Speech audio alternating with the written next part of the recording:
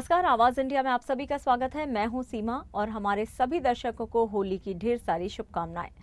BJP के वरिष्ठ नेता और पूर्व मंत्री कृपाशंकर सिंह ने अपने समर्थकों के साथ मनाई होली। महाराष्ट्र के पूर्व गृह राज्य मंत्री और बीजेपी के वरिष्ठ नेता कृपाशंकर सिंह ने मुंबई के बांद्रा इलाके में अपने समर्थकों के साथ होली मनाई।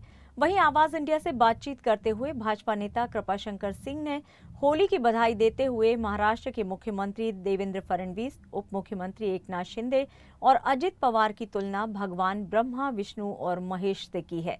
साथ ही कृपाशंकर सिंह ने कहा है कि उद्धव ठाकरे को राजनीति का ज्ञान नहीं है, उन्हें संन्यास ले लेना चाहिए और सब कुछ आदित्य ठाकरे को दे देना चाहिए। भाजपा नेता कृपाशंकर सिंह से बातचीत की हमारी संवाददाता ज्योत्सना गंगने ने। देश भर में ही नहीं बल्कि पूरी दुनिया भर में होली का त्यौहार बड़े ही धूमधाम से मनाया जाता है। इस वक्त हम देश की आर्थिक राजधानी मुंबई के जो है वो बांद्रा स्थित एक इमारत के सामने खड़े हैं, जहां पर महाराष्ट्र के वरिष्ठ नेता, भाजपा के वरिष्ठ नेता और महाराष्ट्र के पूर्व मंत्री जो है कृपाशंकर सिंह, इनसे सीधे बातचीत करेंगे। आप देख सकते हैं पूरा उनको होली के रंग में उनको रंगा दिया है। सर, आपको होली की बहुत बहुत शुभकामनाएं। आपको भी बहुत ढेर सारी शुभकामनाएं। और जिसकी आवाज़ नहीं निकल रहा हो, आपके चैनल को देख उसकी आवाज़ बाहर निकलनी चाहिए।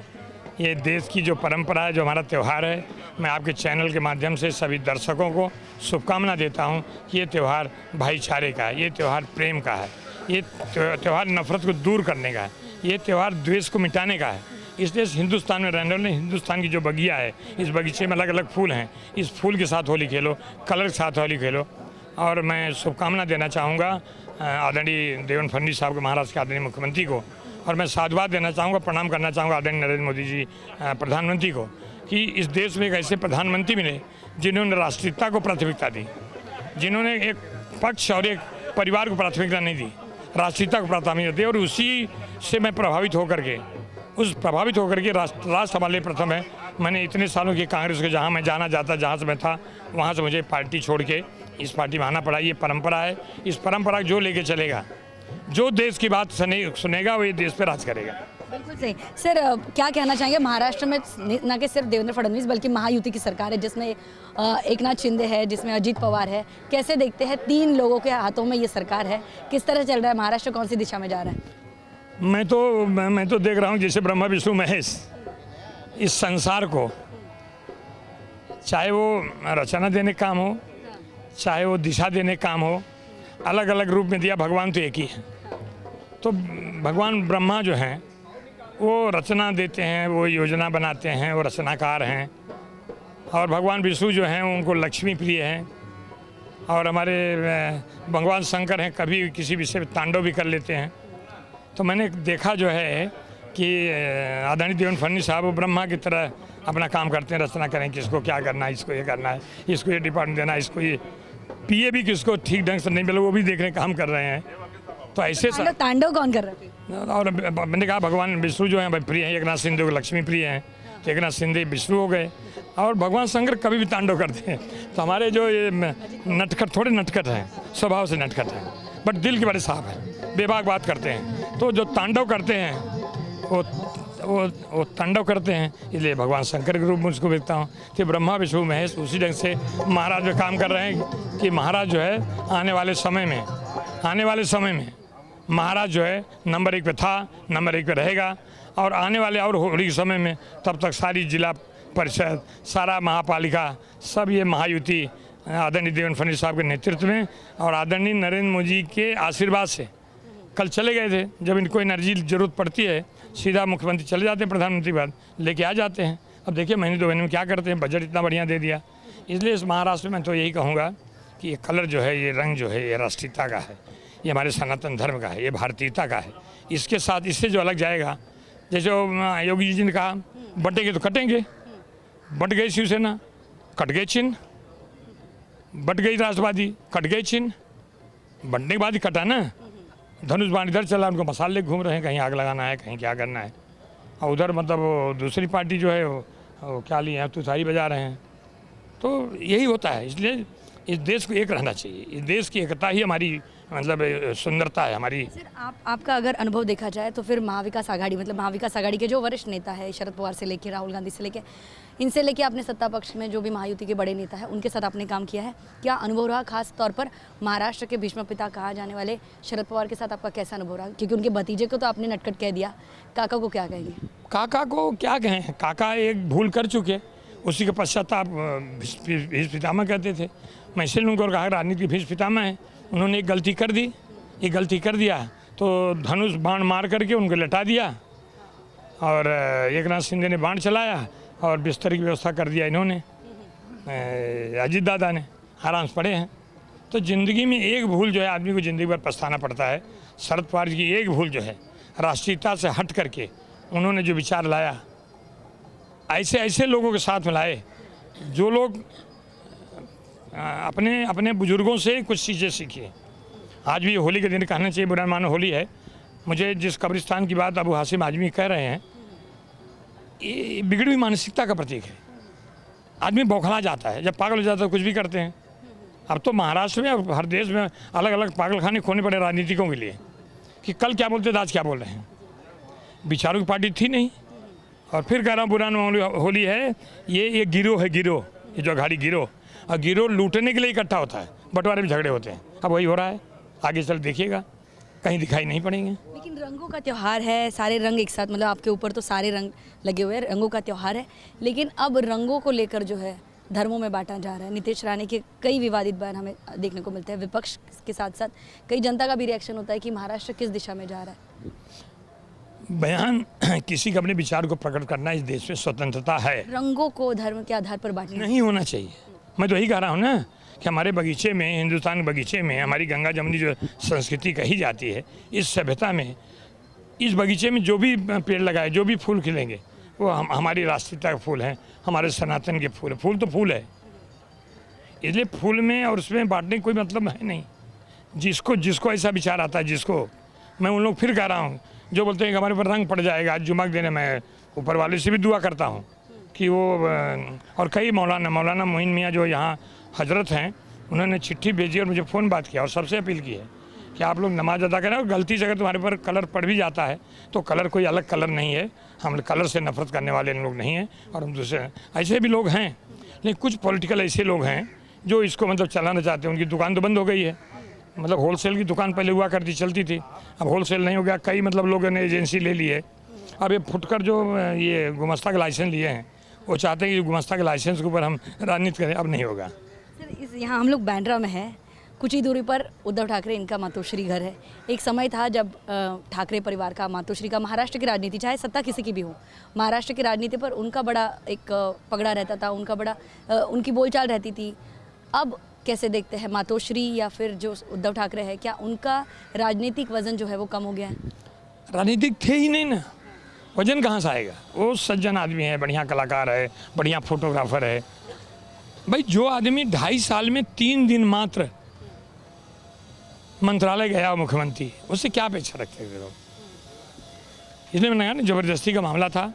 बेटा आदित्य ठाकरे राजनीति कर रहा है, अच्छा बोल रहा है, ठीक है, उसको करने दें। और उद्धव जी से मैं कहूँगा, मित्र होने के साथ सलाह दे रहा हूँ, भारतीय जनता पार्टी के नाते नहीं, सलाह मेरी सलाह मानेगी भी नहीं, लेकिन मेरे अच्छा है, मतलब हमारे उनके, हाँ, वो हमारे घर पे गणेश दर्शन को आते थे, मैं वहाँ जाता था। ये सब परंपराएं हैं, हमारी मतलब संस्कृति है। लेकिन वो मतलब राजनीति करना बंद करें और बैठ जाएं, लोगों को लड़वाने काम, लोगों के ये करने काम मत करें। अब अच्छा व्याकुल हैं, क्या बोलें उनके समझ नहीं आ रहा है, क्योंकि ये कहावत है उनके लिए नहीं, लेकिन फिर भी उन मूर्खों के लिए तो कहावत है कि मूर्ख जो है बोलने के बाद सोचता है और विद्वान बोलने के पहले सोचता है, ये अंतर है। सर आपने महाविकास आघाड़ी में, हमने शिवसेना ठाकरे की बात की, हमने राष्ट्रवादी शरद पवार जी की बात की, राहुल गांधी या फिर गांधी परिवार और कांग्रेस की अगर बात करें, क्योंकि बहुत कार्यकाल आपकी राजनीतिक शुरुआत हो, आपको मंत्री पद हो, बहुत बड़ा अनुभव रहा है गांधी परिवार के साथ, महाराष्ट्र की राजनीति में, खासतौर पर कांग्रेस के साथ। अभी आपको कांग्रेस की अवस्था महाराष्ट्र की खासतौर पर कैसे लगती है? आप बताइए। मैंने इस पार्टी से बेईमानी नहीं की, मैंने बगावत की। आर्टिकल 370 5 अगस्त 2019 को जब हटाया गया तो टेलीविज़न पे सारा देश देख रहा था और वहाँ पार्लियामेंट में सभी लोग बैठे थे। उसका हटाने के विरुद्ध कांग्रेस पार्टी की मुझे ताजुब हुआ। पंडित जवाहरलाल नेहरू उस समय कहा करते थे कि आर्टिकल 370 ये जो है ये अपना टेम्परेरी है, अपनी मौत मरेगा, और जो अपनी मौत मर रहा है तो काहे को उसको पानी दे रहे हो? आप विरोध करना, मैंने चिट्ठी में लिखा था, विरोध करिए प्रोसीजर का। क्या POK कश्मीर का होगा? क्या कश्मीर को पूर्ण राज्य दर्जा मिलेगा? क्या दूसरे लखनऊ और बम्बई जैसा हमारा कश्मीर होगा? इस पर चर्चा करो। 20 महीना लगातार मैंने कोशिश की कि मतलब मान जाएं, नहीं माने। मुझे मजबूर होकर के उस राष्ट्रीयता के साथ गया। भाई हम सब लोगों के लिए राष्ट्रीयता पहले है, राष्ट्र पहले, बाद में ना दें। तो आज भी उनके समझ में नहीं आता है। पहले वो 3 लोग थे जो जम्मू कश्मीर कुछ नहीं होने देते थे। एक का नाम था महबूबा मुफ्ती, मुफ्त की महबूबा हैं वो। दूसरे अपना फारूक अब्दुल्ला साहब, वो क्या बोलते हैं कभी आपने सुना? तीसरे अपना ये गुलाम नबी आज़ाद जो कांग्रेस में थे, वो कांग्रेस क्यों छोड़े? कांग्रेस कभी विचार करे? गुलाम नबी आज़ाद को गुलाम नबी आज़ाद जैसे कृपा शंकर को राजनीति में कांग्रेस नहीं बनाया। मैं कांग्रेस में कह रहा हूँ ना, हम कभी वो लकीर को कम करने नहीं जाऊँगा, लेकिन उसके सामने लकीर बताऊँगा जरूर लोगों को। तो वही लोग साथ में नहीं रहे। आज भी विचारधारा नहीं बदल रही है। अब एक है अपना वो जैसे वो खेल करने के लिए वो बंदरों का ग्रुप जाता है, एक मदारी होता है, तो मदारी बजाता है तो बढ़िया डमरू बजाते हैं। किसी वेणुगोपाल डमरू बजाते हैं, कहाँ बज गया और रुक गया ना, बोले यही ठीक है। मतलब दिल्ली में जहाँ सरकार 3-3 बार शीला दीक्षित के नेतृत्व में होती है, आज वहाँ एक भी MLA नहीं। सोचना चाहिए, विचार करना चाहिए।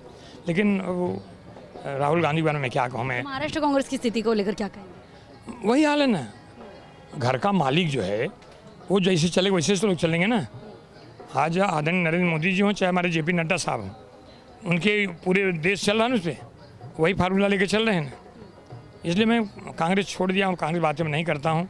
आज होली का दिन है। ये गाना है कि जिस गली में तेरा घर न हो बालमा, उस गली से हमें अब गुजरना नहीं। सर, अगर क्योंकि आप गृह राज्य मंत्री भी रह चुके हैं, महाराष्ट्र की मौजूदा स्थिति जो क्राइम रेट को लेकर है, कैसे देखते हैं? क्या गृह मंत्री और मुख्यमंत्री देवेंद्र फडणवीस इसे ठीक से संभाल रहे हैं, और आपके कार्यकाल में क्या अनुभव था?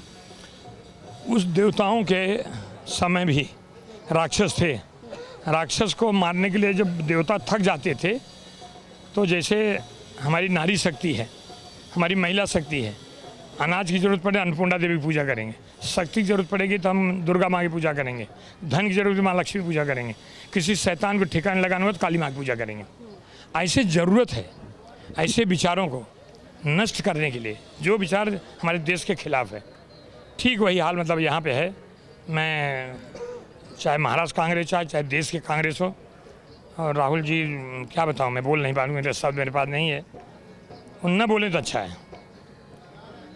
सर, क्योंकि होली का त्यौहार है, होली की शुभकामनाएं। सर, क्या आपका कोई अनुभव है होली को लेकर, खासतौर पर आपके गांव में, बचपन में, महाराष्ट्र मुंबई में?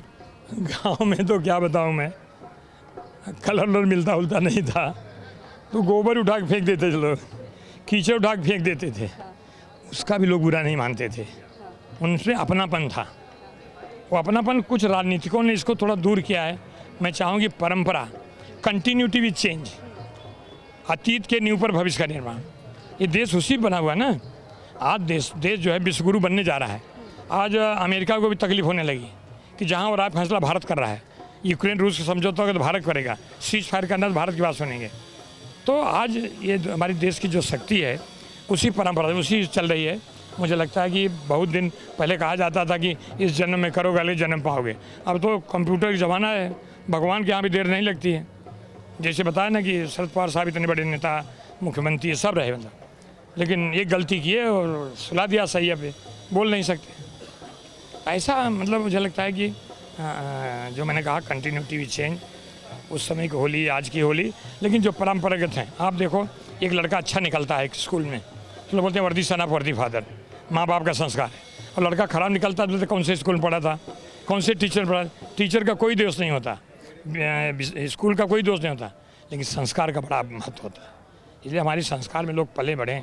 एक समय था कि यही शिवसेना बीजेपी एक साथ थी, शिवसेना नंबर 1 पे थी, बीजेपी उनके साथ काम करती थी। आज उन्होंने लोगों में अपना प्रेम जीता, आज वो नंबर 1 पे हो गए थे। ये तो परंपरा चलती रहती है। एक समय था कि इंदिरा जी इंडिया जिंदा, बात सही है, उस समय वही होता था। विपक्ष को सीख लेनी चाहिए। आदरणीय इंदिरा जी जब बांग्लादेश को अलग करके आई थी, जब पार्लियामेंट में एंट्री किया, अटल बिहारी वाजपेयी साहब उसमें विपक्षी नेता थे, उनका खड़े होकर सैल्यूट कर दुर्गा ये विपक्ष था, और खड़े होकर पार्लियामेंट साहब लोगों ने इंदिरा जी सैल्यूट किया। आज की विपक्ष क्या करता है, बड़े बड़े गले लग जाते हैं, बड़े बड़े कुछ भी बोल जाते हैं। दृष्टिकोण अगर मेरा राजनीतिक रहेगा दृष्टिकोण, अगर हमारा राष्ट्रीयता के साथ जुड़ा रहेगा, सत्ता आती है जाती है और आई है गई है।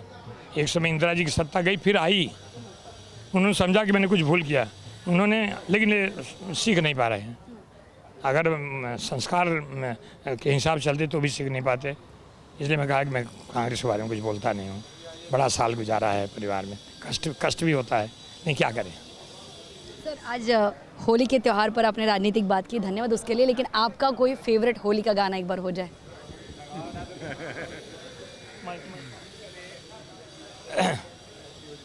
बजाइए जम के और सब लोग गाइए मेरे साथ, खड़ा हो जाए।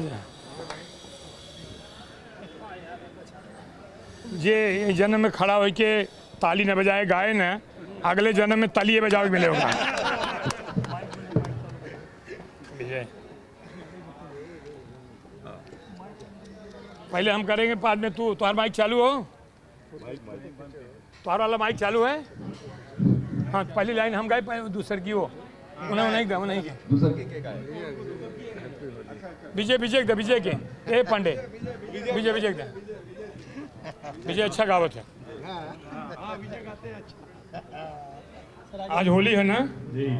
अयोध्या में कौन होली गाई जाता है? कौन गाया जाता है?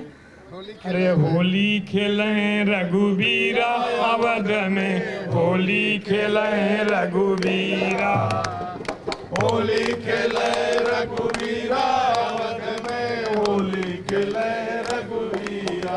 अरे होली खेलें रघुवीरा अवध में, होली खेलें रघुवीरा, होली खेले रघुवीरा अवध में, होली खेले रघुवीरा। अरे के करे के हाथे कनक पिचकारी, केकरे के हाथे कनक पिचकारी, केकरे के हाथे कनक पिचकारी, केकरे के हाथे कनक पिचकारी। अरे केकरा के हाथे अबीरा अवध में होली खेले रघुवीरा, होली खेले रघुवीरा अवध में, होली खेले रघुवीरा।